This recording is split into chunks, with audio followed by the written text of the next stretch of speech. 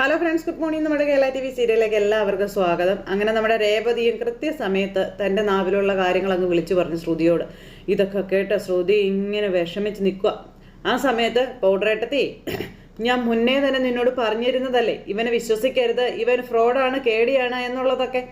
അന്നോ അതൊന്നും നീ കേട്ടില്ലല്ലോ. നീ ഇവനെ സപ്പോർട്ട് ചെയ്ത് എന്നോട് കയർത്ത് സംസാരിക്കല്ലേ ചെയ്തത്. ഒടുക്കം നിനക്കിട്ട് തന്നെ തന്നില്ലേ കാഞ്ഞിരമരത്തിന്റെ കായ. അവൻ ഇങ്ങനെ നിന്ന് കരച്ചിൽ. നമ്മുടെ ശ്രുതി ചന്ദ്രമതി ഭയങ്കര കരച്ചിലാട്ടോ. ഇപ്പോഴെങ്കിലും മനസ്സിലായോ നിനക്ക് ഇവനെന്നൊക്കെ ചോദിക്കുന്നുണ്ട് നമ്മുടെ സച്ചി. അതോ ഇവൻ കള്ളത്തരം കാണിക്കുകയാണെന്ന് നീയും മുന്നേ അറിഞ്ഞിരുന്നു എന്ന് ചോദിച്ചു. അമ്മയെ പോലെ നീയും ഞങ്ങളോടൊക്കെ പറയാതിരുന്നതാണോ എന്നൊക്കെ സച്ചി ചോദിക്കുക. അത് കേട്ടപ്പോൾ സച്ചി എന്ന് വിളിച്ചു അച്ഛൻ. അല്ലച്ചാ, ഇവരെയൊന്നും വിശ്വസിക്കാൻ പറ്റത്തില്ല, എല്ലാ ഫ്രോഡുകളാണെന്നും പറഞ്ഞ് സച്ചി.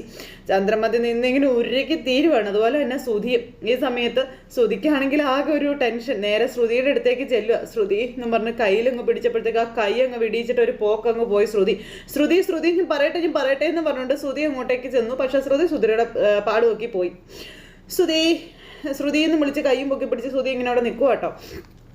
എല്ലാം കയ്യിൽ നിന്ന് പോയി. സകല കള്ളത്തരം പൊളിഞ്ഞു എന്ന് മനസ്സിലായി. ഇങ്ങനെ ആരോടൊന്നും മിണ്ടാനോ ആരുടെ മുഖത്ത് നോക്കാനോ പറ്റാത്ത ശ്രുതി ഇങ്ങനെ നിൽക്കുന്ന സമയത്ത് എല്ലാവരും കൂടി അങ്ങ് ചെന്നു ശ്രുതിയുടെ അരികിലേക്ക്. ചെന്നിട്ട് അച്ഛൻ, ശ്രുതി നീ കള്ളം പറയല, എന്നാടാ നിർത്തുക എന്ന് ചോദിച്ചു. അപ്പോൾ അച്ഛാ, അവൻ നിർത്തിയിട്ടില്ല, അത് അവൻ്റെ രക്തത്തിൽ അലിഞ്ഞു ചേർന്നതാണെന്നും അമ്മയിൽ നിന്ന് കിട്ടിയത് അത് അവനെന്നും സച്ചി അങ്ങ് പറയുക.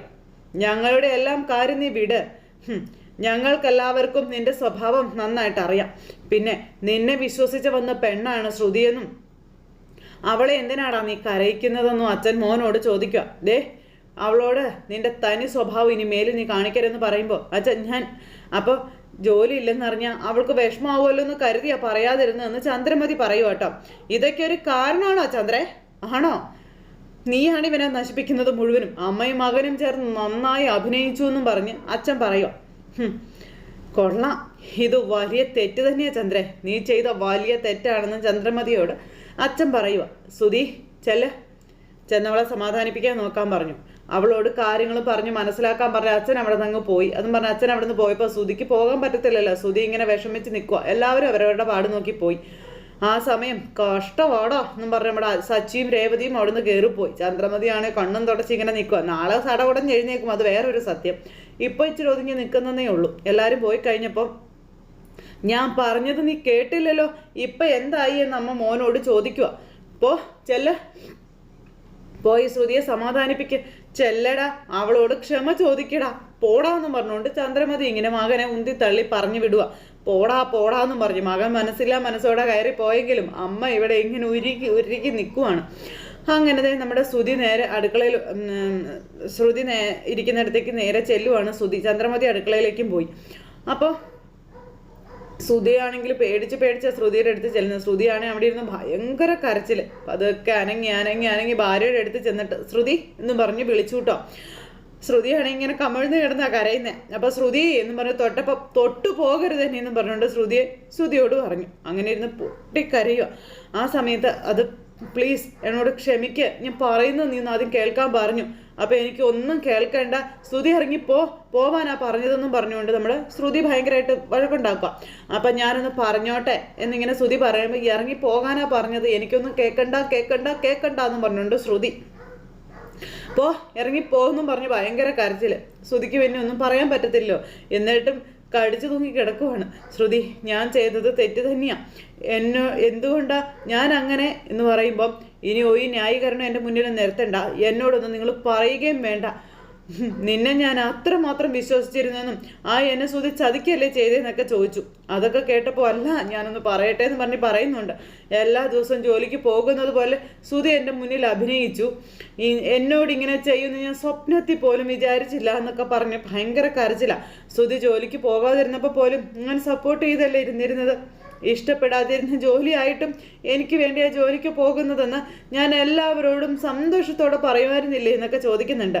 എന്നെ വിഡ്ഢിയാക്കിയില്ലേ എന്ന് ചോദിക്കുമ്പോൾ, അയ്യോ ശ്രുതി, അങ്ങനെ ഒരിക്കലും പറയല്ലേ, നിനക്ക് വിഷമാകുമെന്ന് കരുതിയാ ഞാൻ ജോലി നഷ്ടപ്പെട്ട കാര്യം നിന്നോട് പറയാതിരുന്നതെന്നൊക്കെ പറയുമ്പോൾ, ശ്രുതി ജോലിക്ക് പോകുന്നുണ്ടോ ഇല്ലയോ എന്നുള്ളതല്ല വിഷയം, ശ്രുതി കള്ളം പറഞ്ഞ് എൻ്റെ മുന്നിൽ അഭിനയിച്ചു എന്നുള്ളതാണ് കാര്യമെന്നും ശ്രുതിയെ വിശ്വസിച്ച് എന്നെ ചതിച്ചു പറ്റിച്ചു ഇതൊക്കെയാണ് ചെയ്തത്. ജോലിയില്ലെന്നുള്ള കാര്യം ശ്രുതി അമ്മയോട് പറഞ്ഞു. എന്തുകൊണ്ട് എന്നോട് പറഞ്ഞില്ല എന്നൊക്കെ ചോദിക്കുക. വീട്ടിലുള്ള എല്ലാവരെയും പറഞ്ഞു പറ്റിക്കുന്നത് പോലെ എന്നെയും പറ്റിച്ചില്ലേ എന്നൊക്കെയാണ് ചോദിക്കുമ്പോൾ, അയ്യോ അങ്ങനെയൊന്നും ഒരിക്കലും പറയല്ലേ, ഞാൻ അങ്ങനെയൊന്നും ചെയ്തിട്ടില്ല, നിന്നെ വിഷമിപ്പിക്കേണ്ടെന്ന് കരുതിയിട്ട് ഞാൻ പറയാതിരുന്നെന്ന് പറഞ്ഞില്ലേ. ഇപ്പൊ ശ്രുതി എന്നെ വിഷമിപ്പിക്കുകയല്ലല്ലോ അല്ലേ ചെയ്തത്, എനിക്ക് മേലുള്ള വിശ്വാസം വരെ നഷ്ടപ്പെടുത്തിയില്ലേന്ന് ചോദിച്ചു. ചെറിയ പ്രശ്നങ്ങളൊക്കെ ഉണ്ടെങ്കിലും ശ്രുതി ഒരു പാവ നിഷ്കളങ്കനാണെന്നൊക്കെയാണ് ഞാൻ കരുതിയത്, അതുകൊണ്ടാണ് ഞാൻ ശ്രുതിയെ ഇഷ്ടപ്പെട്ടതെന്നൊക്കെ പറയുമ്പോൾ ശ്രുതി എന്നോട് ക്ഷമിക്കാൻ പറഞ്ഞു ശ്രുതി. അപ്പോഴേക്കും എഴുന്നേറ്റ് അവൻ്റെ ഷർട്ടിൻ്റെ കോളറിന് അങ്ങ് കയറി പിടിച്ചിട്ട്, നിന്നെ ഞാൻ അത്രയ്ക്ക് വിശ്വസിക്കുകയും സ്നേഹിക്കുകയും ചെയ്തു, നീ ഇല്ലെങ്കിൽ എനിക്ക് ജീവിക്കാൻ പറ്റില്ലെന്ന് തോന്നി, എന്തുമാത്രം പ്രശ്നങ്ങളിലൂടെ കടന്നു വന്നിട്ട് നിന്നെ ഞാൻ കല്യാണം കഴിച്ചതെന്ന് അറിയോ നിനക്കോ എന്നും ചോദിച്ചുകൊണ്ട് നമ്മുടെ ശ്രുതി ഇങ്ങനെ ശ്രുതിയോട് ചോദിക്കുക. എന്നിട്ട് പിടിച്ചൊരു തള്ളും തള്ളി ഇങ്ങനെ പോയി അന്തം വിട്ട് നിൽക്കുവാണ് നമ്മുടെ ശ്രുതി അതുപോലെ കിടന്ന് കരയുന്നുണ്ട്. അയ്യോ എന്ത് പറഞ്ഞ് സമാധാനിപ്പിക്കും, ശ്രുതി എന്ന് പറഞ്ഞ് വിളിക്കുന്നുണ്ട്. അപ്പോൾ എൻ്റെ ജീവിതത്തിൽ ഞാൻ വിശ്വസിച്ച എല്ലാവരും എന്നെ ചതിച്ചിട്ടേ ഉള്ളൂ, എന്നെ സ്നേഹിക്കാനും എന്നെ ശ്രദ്ധിക്കാനും ആരും ഉണ്ടായിരുന്നില്ലെന്നൊക്കെ പറഞ്ഞുകൊണ്ട് ഇങ്ങനെ പറയാം. ശ്രുതി എൻ്റെ ജീവിതത്തിൽ വന്നപ്പോൾ വലിയ ആശ്വാസമായിരുന്നു എനിക്ക്. പക്ഷേ മറ്റാരും ഇല്ലെങ്കിലും എനിക്ക് പ്രശ്നമില്ല, എനിക്ക് നീ ഉണ്ടെന്ന് എനിക്ക് തോന്നി, പക്ഷെ ആ നീയും എന്നെ ചതിച്ചു, മാന്യമായി എന്നെ ചതിച്ചു എന്നും പറഞ്ഞ് ശ്രുതി ഭയങ്കര കരച്ചിലാട്ടോ. ശ്രുതി എന്നും പറഞ്ഞ് വീണ്ടും ചെല്ലുക. അപ്പോൾ ഞാൻ പറയട്ടെ എന്ന് പറഞ്ഞ് ചെല്ലുമ്പം, നീ എന്നെ ചതിച്ചില്ലേ, നീ എന്നെ പറ്റിച്ചില്ലേ എന്നും ചോദിച്ചുകൊണ്ട് പോകുന്നു പറഞ്ഞ് പിടിച്ച് വീണ്ടും തള്ളി ശ്രുതി അങ്ങനതെ ശ്രുതി എന്നിട്ട് അവിടെ നിന്ന് ഒരു പോക്കും പോകാൻ തുടങ്ങും. അപ്പോൾ ശ്രുതി, ഞാൻ എങ്ങനെ നിന്നോട് കാര്യങ്ങൾ പറയൂ എന്നൊക്കെ ചോദിക്കുന്നു. ശ്രുതി, ഒന്നും നീ എന്നോട് പറയണ്ടെന്ന് പറഞ്ഞു. എന്നെ പരിഹസിക്കുന്നതിലും എന്നെ അപമാനിക്കുന്നതിലുമാണ് ആ സച്ചിക്ക് സന്തോഷം. അവനിപ്പോൾ അത് ചെയ്തത് കണ്ടില്ലേ, ജോലി നഷ്ടപ്പെട്ടു, എനിക്കിപ്പോൾ ജോലി ഇല്ല എന്ന് പറഞ്ഞ അത് മതി അവന്, അതുകൊണ്ടാണ് ഞാനൊന്നും പറയാതിരുന്നത്. ഓരോന്നും പറഞ്ഞ് ഈ വീട്ടിൽ അവനെന്നെ ജീവിക്കാൻ അനുവദിക്കത്തില്ല എന്നൊക്കെ പറയുവാണ്.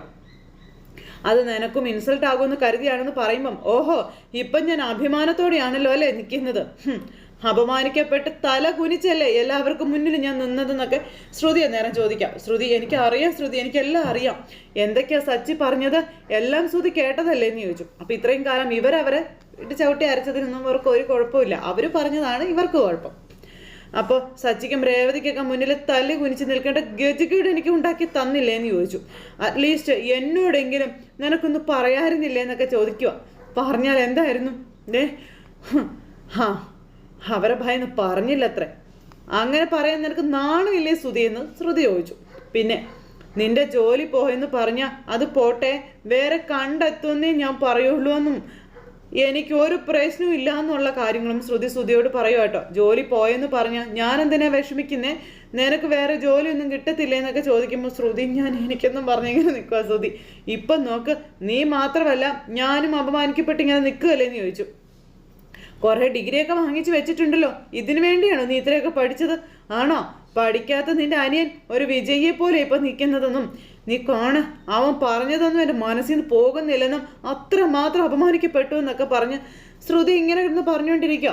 എൻ്റെ മുന്നിൽ ജോലിയുണ്ടെന്ന് നീ അഭിനയിച്ചു, എന്നോട് കള്ളം പറഞ്ഞാലും നിനക്ക് അല്പം പോലും കുറ്റബോധമില്ല അല്ലേ ശ്രുതി എന്നൊക്കെ ചോദിക്കുമ്പം, അയ്യോ ഉണ്ട് എനിക്ക് കുറ്റബോധമൊക്കെ ഉണ്ട് എന്നും പറഞ്ഞാൽ ശ്രുതി നിൽക്കുന്നത്. കുറ്റബോധത്തോടെയും വിഷമത്തോടെയും തന്നെയാണ് ഞാൻ എല്ലാ ദിവസവും രാവിലെ ഇവിടെ നിന്ന് ഇറങ്ങി പോകുന്നതെന്നൊക്കെ പറഞ്ഞ് അടുത്തന്നോണ ഞാൻ ജോലി അന്വേഷിക്കുന്നുണ്ടായിരുന്നു ശ്രുതി എന്നും പറഞ്ഞുകൊണ്ട് അതും നോണ പറയാം. നല്ലൊരു ജോലി കിട്ടിയാ നിന്നോട് സത്യം തുറന്നു പറയാമെന്നാ ഞാൻ കരുതിയതെന്നൊക്കെ പറഞ്ഞ് ഇങ്ങനെ പറഞ്ഞുകൊണ്ടിരിക്കുക കേട്ടോ. കരയല്ലേ എന്ന് പറഞ്ഞ് സമാധാനിപ്പിക്കുന്നുണ്ട്. കുറേ കമ്പനികളിൽ ഞാൻ കയറി ഇറങ്ങിയെന്നും ആരും എനിക്ക് ജോലി തരുന്നില്ല ശ്രുതി എന്നും പറഞ്ഞ് ശ്രുതി ഇങ്ങനെ പറയുക. അപ്പോൾ അതെല്ലാം കേട്ട് ശ്രുതി ഇങ്ങനെ നിൽക്കുക കേട്ടോ. ശ്രുതി തൻ്റെ നിസ്സഹായാവസ്ഥയൊക്കെ കുറേ പറഞ്ഞു. അപ്പോൾ നീ എന്നോട് മിണ്ടരുത്, ഞാൻ നല്ല ദേഷ്യത്തില്ല, നീ എൻ്റെ മുന്നിൽ നിന്ന് പോയിക്കോളാൻ പറഞ്ഞു ശ്രുതി, എനിക്ക് നിന്നെ കാണണ്ടെന്ന്. അപ്പോൾ സോറി ശ്രുതി, എന്നോട് ക്ഷമിക്കുന്നൊക്കെ പറഞ്ഞിട്ടുണ്ട്. അപ്പോൾ 1000 തവണ സോറിയൊക്കെ പറഞ്ഞു. ഇനി ഞാൻ ഒരിക്കലും ചെയ്യില്ല, ഇങ്ങനെയൊന്നും ഞാൻ ചെയ്യരുതായിരുന്നു, എന്നോട് നീ ക്ഷമിക്കാൻ പറഞ്ഞു, നിന്റെ കാല് പിടിക്കാമെന്ന് പറഞ്ഞ കാലെ തൊടാൻ ചെല്ലുമ്പോൾ തൊട്ടു പോകരുത് തന്നെ എന്നും പറഞ്ഞുകൊണ്ട് വിരളം ചൂണ്ടി ചെന്നില്ലേ ശ്രുതി. എല്ലാവർക്കും മുന്നിൽ നീ എന്നെ അപമാനിച്ചു, എനിക്കിതിനെ കാണണ്ട, ഐ ഹേറ്റ് യു എന്നും പറഞ്ഞുകൊണ്ട് ശ്രുതി അങ്ങനെ കിടന്ന് ഉറഞ്ഞ തൊള്ളുവാണ്. അങ്ങനെ നമ്മുടെ ശ്രുതി അവിടെ ഇട്ട് ചവിട്ടി അരകേട്ടാ ശ്രുതി. അപ്പോഴേക്കും നമ്മുടെ ശ്രുതി അവിടെ നിന്ന് ഇറങ്ങിപ്പോയി. ശ്രുതി ആണെങ്കിൽ അവിടെ ഇരുന്ന് ഭയങ്കര കരച്ചില്ല. അങ്ങനെ കരഞ്ഞ് ശ്രുതി നേരെ പിന്നെ മീരയുടെ അടുത്തേക്ക് ചെന്നു. അവിടെ പോയിരുന്ന് ഈ കരച്ചില്ല. അപ്പം എനിക്ക് വേണ്ടി ശ്രുതി ജോലിക്ക് പോകുന്നുണ്ടെന്നാണ് ഞാൻ കരുതിയതെന്നും പക്ഷേ അവനെന്നെ പറ്റിച്ചെന്നുള്ള കാര്യമൊക്കെ മീരയോട് പറയാം. അപ്പം എന്നെ വെറും വിഡ്ഢിയാക്കുമായിരുന്നു ശ്രുതി, ചതിച്ചു. അപ്പം അന്ന് ശ്രുതിയെ പാർക്കിൽ കണ്ടപ്പോഴേ എനിക്ക് സംശയം ഉണ്ടായിരുന്നു. പിന്നെ ശ്രുതി എന്ത് പറഞ്ഞാലും നീ വിശ്വസിക്കും, അതാ നിനക്ക് പറ്റിയ തെറ്റെന്നൊക്കെ ഉള്ള കാര്യങ്ങൾ മീര ഇങ്ങനെ പറഞ്ഞു കൊടുക്കുക കേട്ടോ ശ്രുതിക്കാം. അപ്പം എന്നോട് ഇങ്ങനെ കള്ളത്തരം കാണിക്കുമെന്ന് ഞാൻ കരുതിയതേ ഇല്ല എന്നൊക്കെ ശ്രുതി ഇങ്ങനെ പറയുക കേട്ടോ. ശ്രുതി സത്യസന്ധനാണെന്നാണ് ഞാൻ വിചാരിച്ചതെന്നും വിശ്വസിച്ചതെന്നൊക്കെയുള്ള കാര്യം പറഞ്ഞ് എല്ലാ കാര്യങ്ങളും എന്നോട് ഷെയർ ചെയ്യുമായിരുന്നു. എല്ലാം കള്ളത്തരമാണെന്ന് ഇപ്പോഴും എനിക്ക് മനസ്സിലായതെന്നൊക്കെ പറഞ്ഞുകൊണ്ട് ഇങ്ങനെ പറയുമ്പോൾ ഞാൻ പറയുന്നത് എന്തായാലും നീ തെറ്റായിട്ടൊന്നും എടുക്കരുത്. ജോലി ഇല്ലെന്നുള്ള കാര്യം ശ്രുതി നിന്നിൽ നിന്ന് മറച്ചു വെച്ചു. ചെറിയൊരു കള്ളത്തരവാ ശ്രുതി നിന്നോട് പറഞ്ഞത്. എന്നിട്ടും നിനക്കതിൽ നല്ല വിഷമമുണ്ടല്ലേ? നീ ഇപ്പം ഇവിടെ ഇരുന്ന് കരഞ്ഞുകൊണ്ടിരിക്കുകയല്ലേ? നീ അവരിൽ നിന്ന് ഇതിനേക്കാളും വലിയ കാര്യമാണ് മറച്ചു വെച്ചിരിക്കുന്നതെന്ന് നീ മറന്നു പോയോ എന്ന് മീര ശ്രുതിയോട് ചോദിക്കാം. ഇപ്പൊ നീ അറിഞ്ഞതുപോലെ സത്യം ഒരു നാൾ ശ്രുതി അറിഞ്ഞ എന്തായിരിക്കും സ്ഥിതി എന്ന് ചോദിക്കുമ്പോൾ ആ പേടിയൊക്കെ എനിക്കും ഉണ്ടെന്ന് ശ്രുതിയും പറഞ്ഞു. ശ്രുതിയിൽ നിന്ന് ഞാൻ ഇങ്ങനെയൊന്നും പ്രതീക്ഷിച്ചിരുന്നില്ലെന്നൊക്കെ പറഞ്ഞിട്ട് വീണ്ടും മീരയോട് ശ്രുതി ഇത് പറഞ്ഞാ കരയുന്നത്. അതുകൊണ്ട് എനിക്ക് വിഷമമായത് സഹിക്കാൻ പറ്റാത്തതെന്നൊക്കെ പറഞ്ഞു. പിന്നെ ശ്രുതിയെ ഞാൻ അത്രമാത്രം സ്നേഹിച്ചിരുന്നു എന്ന കാര്യവും വിശ്വസിച്ച കാര്യവും ഇതൊക്കെ വൺ ബൈ വണ്ണായി പറഞ്ഞ് ഇങ്ങനെ കൂട്ടുകാരുടെ മുന്നിൽ കരയോ. ശ്രുതി എന്നോട് കാണിച്ചത് പൊറുക്കാൻ പറ്റാത്ത തെറ്റാണെന്നൊക്കെ പറയുമ്പോൾ ജോലിയില്ലാന്ന് വീട്ടിലറിഞ്ഞ സച്ചിയും മറ്റുള്ളവരും ശ്രുതിയെ പരിഹസിക്കുമെന്ന് അറിയാവുന്നത് കൊണ്ടായിരിക്കും ശ്രുതി വീട്ടിലത് പറയാതിരുന്നതെന്ന് മീര പറഞ്ഞു കൊടുക്കുമ്പോൾ ശ്രുതിക്ക് അത് എന്നോട് പറയാമായിരുന്നില്ലേ? ശ്രുതിക്ക് ജോലിയില്ലെങ്കിൽ എനിക്കതൊരു വിഷയമേ അല്ല. എന്നെയും ശ്രുതി പറഞ്ഞു പറ്റിച്ചില്ലെന്നും ചോദിച്ചാ കരച്ചില്. ചെറുപ്പത്തിലേ ഞാൻ ചതിക്കപ്പെട്ടു, ഒരു കുഞ്ഞിനെയും തന്ന് എന്നെ കഴുത്തിയിൽ താലി കെട്ടി ആൾ പോയെന്ന കാര്യമൊക്കെ പറഞ്ഞ് തൻ്റെ നിസ്സഹായ അവസ്ഥയൊക്കെ പറയാം. അപ്പോൾ ശ്രുതി നിന്നോട് പറഞ്ഞ കള്ളത്തരം വെച്ച് നോക്കുമ്പോൾ നീ കാണിച്ചു കൂട്ടിയത് എന്തൊക്കെയാ? നീ പറഞ്ഞ കള്ളത്തരങ്ങൾ വെച്ച് ശ്രുതി പറഞ്ഞ ഒന്നും കള്ളം എന്ന് പറയാൻ പറ്റില്ല. ഇല്ല, ശ്രുതി എന്നെ ചീറ്റ് ചെയ്തു, വീട്ടിലെല്ലാവർക്കും മുന്നിൽ ഞാൻ അപമാനിക്കപ്പെട്ടു എന്നും പറഞ്ഞുകൊണ്ടാണ് പറയണത്. സച്ചിയും രേവതിയൊക്കെ ഇപ്പൊ കൈകൊട്ടി ചിരിക്കുകയാണെന്നും എനിക്കിതൊന്നും സഹിക്കാൻ പറ്റുന്നില്ലെന്നും പറഞ്ഞുകൊണ്ടാണ് കരച്ചില്. ആരുടെയും മുഖത്ത് നോക്കാൻ എനിക്കിപ്പോൾ ധൈര്യം ഇല്ല എന്നൊക്കെ പറഞ്ഞ് ഭയങ്കര ഡയലോഗ്, തല കുനിച്ച് നിൽക്കുക ഞാനിപ്പോൾ എന്നും പറഞ്ഞുകൊണ്ട് എല്ലാം പറഞ്ഞ് ഭയങ്കര കരച്ചിലാട്ടോ. നീ അങ്ങനെയൊന്നും പറയരുത്, നീ അതിനെപ്പറ്റി കൂടുതലൊന്നും ആലോചിക്കാതിരിക്കുക, അതാ നല്ലത്. നീ അത് വിട്ട് കള, എല്ലാം ശരിയാകുമെന്ന് പറഞ്ഞ് മീര സമാധാനിപ്പിക്കുക. ഞാൻ പോയി കോഫി എടുത്തിട്ട് വരാം, നീ ഇവിടെ ഇരിക്കുന്നു പറഞ്ഞുകൊണ്ട് മീര പോയി കഴിഞ്ഞപ്പോൾ ആ പോക്ക് നമ്മുടെ ശ്രുതി ഇങ്ങനെ അവിടെ നിന്ന് എഴുന്നേറ്റ് പോകുക കേട്ടോ. പിന്നെ കാണിക്കുന്നത് വീട്ടിൽ ശ്രുതി ഇങ്ങനെ ഇരിക്കുക. ശ്രുതി ഇങ്ങനെ നമ്മുടെ ശ്രുതി പറഞ്ഞ കാര്യങ്ങളെല്ലാം ആലോചിച്ച് തല പോകുഞ്ഞ് അങ്ങോട്ടും ഇങ്ങോട്ടും നടക്കും. എന്നിട്ട് പിന്നെ നേരെ മുറിയിലേക്ക് ചെന്നിട്ട് അവിടെ ഇരുന്ന് ഭയങ്കര കരച്ചിൽ. ആ സമയത്ത് മീര ചായ ആയിട്ട് വന്നു. അപ്പോൾ അവിടെ ശ്രുതി ഇല്ല. ശ്രുതി എഴുന്നേറ്റ് പോയി. അതിലെല്ലാം നോക്കി വിളിച്ചു, പക്ഷെ ശ്രുതിയെ കാണുന്നില്ല. ശ്രുതി എന്നും പറഞ്ഞ് വിളിച്ചു. എവിടെ ശ്രുതിയെ പോയിട്ട് ആട് കിടന്നിടത്ത് കൂടെ പോലും ഇല്ലെന്ന് പറഞ്ഞ അവസ്ഥയായി. ശ്രുതി നേരെ ഇവിടുന്ന് ഒരു പോക്കങ്ങ് പോയതാണല്ലോ. ഫോൺ എടുത്ത് ശ്രുതിയെ വിളിച്ചു. Phone switch off. ഈ സമയത്ത് നമ്മുടെ മീര വേഗം തന്നെ ഫോൺ എടുത്ത് ശ്രുതിയെ വിളിച്ചു. അപ്പം മീരയുടെ കോള് കണ്ടു കഴിഞ്ഞപ്പം ശ്രുതി ആയിരിക്കണേ എന്നും പറഞ്ഞുകൊണ്ട് ഇങ്ങനെ ഫോൺ എടുക്കുക കേട്ടോ.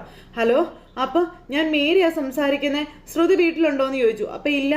എന്താ മീര, അവള് പുറത്തു പോയിരിക്കുകയാണെന്ന് പറഞ്ഞപ്പം എന്നെ കാണാൻ വേണ്ടിയിട്ട് അവൾ എൻ്റെ വീട്ടിൽ വന്നിരുന്നു എന്ന് പറഞ്ഞു. അത് കേട്ടപ്പോഴേക്കും ശ്രുതിക്ക് സമാധാനമായി.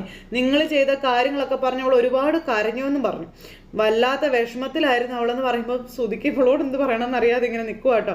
എന്തിനാ ശ്രുതി അവളോട് ഇങ്ങനെയൊക്കെ ചെയ്തതെന്നൊക്കെ ചോദിച്ചു മീര. അവൾ നിന്നെ സ്നേഹിച്ചു, വിശ്വസിച്ചു, എന്നാ നിങ്ങൾ അവളെ ചീറ്റ് ചെയ്യുകയല്ലേ ചെയ്തെന്ന് ചോദിക്കുമ്പോൾ അതൊന്നും ഞാൻ കരുതിക്കൂട്ടി ചെയ്തതല്ല മീര, എൻ്റെ സിറ്റുവേഷൻ അങ്ങനെ ആയിപ്പോയെന്ന് ശ്രുതി പറയുമ്പോൾ എന്ത് സിറ്റുവേഷൻ? ഒരു കാരണങ്ങൾ പറഞ്ഞു വെക്കല്ലേ നിങ്ങൾ? മുൻപ് ഈ ജോലിക്ക് പോകാൻ മടിയുള്ള ആളാ നിങ്ങളെ കല്യാണം കഴിക്കുന്നതിന് മുൻപേ ഞാൻ അവളോട് പറഞ്ഞതാ, ഒന്നുകൂടി ആലോചിച്ചിട്ട് ഇതൊക്കെ നടത്തിയാൽ പോരേന്ന്. അപ്പോൾ ശ്രുതി നല്ലവനാ, നന്നായിക്കോളൂ എന്നൊക്കെയാ അന്ന് അവൾ എന്നോട് പറഞ്ഞതെന്നുള്ള കാര്യം മീര പറയാം. പിന്നെ നിങ്ങൾ എവിടെ നന്നാവാനാ? നിങ്ങളെ വിശ്വസിച്ച് കല്യാണം കഴിച്ച് അവളുടെ ലൈഫ് ഫ്ലോപ്പ് ആയെന്ന് പറയുമ്പോൾ ഞാനിപ്പോൾ വല്ലാത്തൊരവസ്ഥയിലാണെന്നും അതിനിടയിൽ നീ ഇങ്ങനെയൊക്കെ പറഞ്ഞ് എന്നെ ഇറിറ്റേറ്റ് ചെയ്യരുതെന്ന് പറഞ്ഞു. നീ ശ്രുതിക്ക് ഫോൺ കൊടുക്കുക, ഞാൻ അവളോടൊന്ന് സംസാരിക്കട്ടെ എന്ന് പറയുമ്പോൾ അവളിപ്പോൾ ഇവിടെ ഇല്ല എന്ന് പറഞ്ഞു. ഇല്ലേ? നിങ്ങൾ ചെയ്തതോർത്ത് കരച്ചിലടക്കാൻ കഴിഞ്ഞിരുന്നില്ല അവൾക്ക്. അവൾ ഇവിടെ ഇരുന്ന് കരയുമായിരുന്നു. ഓരോന്ന് പറഞ്ഞ് ഞാൻ അവളെ സമാധാനിപ്പിച്ച് ഒരു കോഫി എടുക്കാൻ പോയതാ. കോഫി എടുത്തുകൊണ്ട് വന്നപ്പോൾ ഞാൻ അവളെ കാണുന്നില്ല, അവളെ എങ്ങോട്ട് പോയെന്ന് എനിക്ക് അറിയില്ല എന്ന് പറഞ്ഞു. അവളെ വേഗം കണ്ടുപിടിക്കാൻ പറഞ്ഞു. അങ്ങനെ അതും പറഞ്ഞിട്ട് മീര ഫോൺ അങ്ങ് കട്ട് ചെയ്തു. പിന്നെ അച്ഛനും സച്ചിയൊക്കെ കൂടെ ചായ കുടിച്ചുകൊണ്ടിരിക്കുന്ന സമയത്ത് അമ്മേന്ന് വിളിച്ച് ഓടി ശ്രുതി ഇറങ്ങി വരുക. അപ്പോൾ ശ്രുതിയോട് ചോദിച്ചു എന്താടാന്ന് അമ്മ. അപ്പോൾ ശ്രുതിയെ കണ്ടോന്ന് ചോദിച്ചു. കണ്ടില്ല, ശ്രുതി ഇവിടെയെങ്ങും ഇല്ലയെന്ന് പറഞ്ഞു. നീ ഇവിടെയൊക്കെ നോക്കാൻ പറയുമ്പോൾ ഞാൻ ഇനി എവിടെ നോക്കാനാ അമ്മേ, അവൾ ഇവിടെ നിന്ന് ഇല്ല അമ്മേ എന്നും പറഞ്ഞുകൊണ്ട് ശ്രുതി ഇങ്ങനെ പറഞ്ഞു. സച്ചി ഒരു കൂസലില്ലാതിരുന്ന് ചായ കുടിക്കുക. ശ്രുതി മീരെ കാണാൻ പോയിരുന്നെന്നും നടന്നതൊക്കെ അവളോട് പറഞ്ഞു. പിന്നെ മീര ചായ എടുത്തുകൊണ്ട് വരുമ്പോൾ വീട്ടിലെ ശ്രുതിയെ കാണാനില്ല അമ്മയെന്നും പറഞ്ഞുകൊണ്ട് ഇങ്ങനെ ഭയങ്കര കരച്ചിൽ. അമ്മ എനിക്ക് പേടിയാകുന്നു അമ്മയെന്ന് പറയുമ്പോൾ അയ്യോ എൻ്റെ കയ്യും കാലും വിറയ്ക്കുവാണല്ലോ, ഇവളിത് എവിടെ പോയതാണെന്നൊക്കെ പറഞ്ഞുകൊണ്ട് ചന്ദ്രമതി കിടന്ന് വെപ്രാളപ്പെടുക. അപ്പം നീ ഒന്ന് അവൾ വിളിച്ചു നോക്കാൻ പറഞ്ഞു. അന്നേരം ഞാൻ വിളിച്ചു നോക്കിയപ്പോൾ ശ്രുതിയുടെ ഫോൺ സ്വിച്ച് ഓഫ് ആണെന്ന കാര്യവും പറഞ്ഞു. അയ്യോ ഇനിയിപ്പോൾ എന്ത് ചെയ്യോ അയ്യോ എന്നും പറഞ്ഞുകൊണ്ട് ഇങ്ങനെ കിടന്ന് വെപ്രാളം കൊള്ളുക.